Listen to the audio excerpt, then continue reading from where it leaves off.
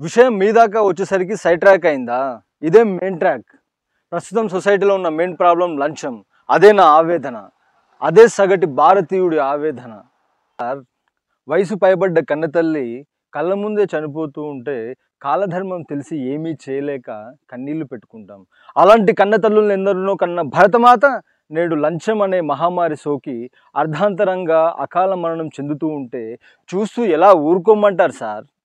India is the greatest country. ఒక India 250 సింగపూర్లతో సమానం. ఒక ఇండియా 8 జపాన్లతో సమానం. ఇండియా జనాభా 145 కోట్లు, అమెరికా జనాభా 34 కోట్లు. 34 కోట్లలో ఒక బిల్ గేట్స్ పుడితే 145 కోట్లలో ఎంతమంది బిల్ గేట్స్ పుట్టాలి? కానీ ఒక్కడు కూడా పుట్టలేదు. కారణం లంచం. మన దేశంలో సైంటిస్టులు చేసే ప్రయోగాలు వెలుగు చూడాలంటే లంచం. మేధావుల మేధస్సు మనకు ఉపయోగపడాలంటే లంచం. అందుకే సార్ భవిష్యత్తు బిల్ గేట్స్ మన దేశం వదిలి పరాయి దేశాలకు వలసపోతున్నారు, అక్కడ రాణిస్తున్నారు. చెప్పులు కుట్టుకునే అబ్రహం లింకన్ అమెరికా అధ్యక్షుడయ్యాడు. మన దేశంలో అదే అబ్రహం లింకన్లు ఇంకా చెప్పులు కుట్టుకుంటూనే బతుకుతున్నారు. కారణం లంచం. మన దేశంలో అడుగడుగునా లంచం.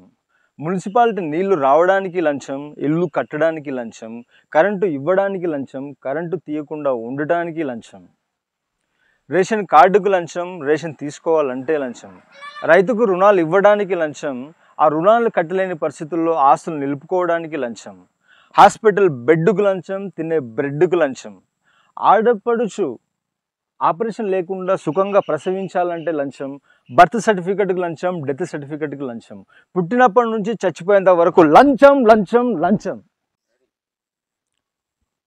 అగ్గిపెట్టెల దగ్గర నుంచి రైలు పెట్టెల దాకా అవినీతి నడుస్తూ ఉంటే బతుకు బండిని ఏ పట్టాల మీద నడపాలి సార్?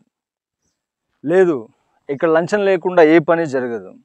రిక్షావాడికి భయం పోలీస్ అంటే, పగటిపూట లైట్ లేదని కేసు పెడతాడేమోనని. లారీ డ్రైవర్కి భయం ఆర్టీఓ అంటే, పర్మిట్ ఉన్నా లేదని లారీని రోడ్డు మీద అడ్డంగా నిలిపేస్తాడేమోనని. పెన్షన్ తీసుకునేవాడికి భయం నువ్వు ఇంకా బతికే ఉన్నావన్న సర్టిఫికెట్ అడుగుతాడేమోనని. పిల్లల్ని కన్న తల్లిదండ్రులకు భయం కాన్వెంట్ చదువులంటే, ఎల్కేజీ సీటు కోసం లక్షలు గుంజుతారేమోనని.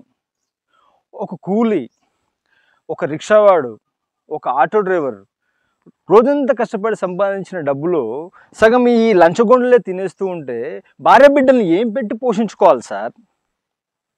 వీళ్ళందరూ లంచాలు ఇచ్చుకోగలరా? ఇలాంటి వారందరి ఆవేదన చూస్తే నా గుండె రగిలిపోయింది. ఒక్కసారి విశ్వకవి రవీంద్రనాథ్ ఠాగూర్ మాటలను గుర్తు చేసుకోండి. ఎక్కడ మనిషి నిర్భయంగా ఉంటుందో, ఎక్కడ మనిషి తలెత్తుకొని సగర్వంగా బతకగలడో, ఎక్కడ ప్రపంచం ముక్కలు ముక్కలై మగ్గిపోదో, ఎక్కడ మన చదువు విజ్ఞానం మూఢనమ్మకాల్లో ఇంకిపోదో, ఎక్కడ మనిషితోటి మనిషిని దోచుకోడో, భగవంతుడా అలాంటి ప్రదేశంలోకి నా దేశాన్ని నడిపించు అని ఆయన గీతాంజలి రాశాడు. ఆయన పేరు పెట్టుకున్న నేను ఆయన కలల కన్నా స్వేచ్ఛ స్వర్గంలోకి నా దేశాన్ని నడిపించడానికి రక్తాంజలి రాశాను.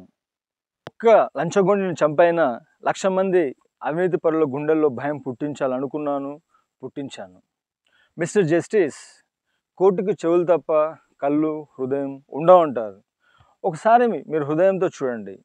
నేను చేసింది ఇంకా నేరమని మీకు అనిపిస్తే నా కోసం లా పుస్తకాలు తిరిగేయొద్దు, క్లాసులు సబ్ క్లాసులు చూడొద్దు, పేరాలకు పేరాలు ఆరాలు తీయొద్దు. ఒకవేళ ఉరిశిక్షే మీ జడ్జిమెంట్ అయితే ఆనందంగా ఉరికమ్మం ఎక్కుతాను. ఫైనల్ జడ్జిమెంట్ ఇవ్వండి.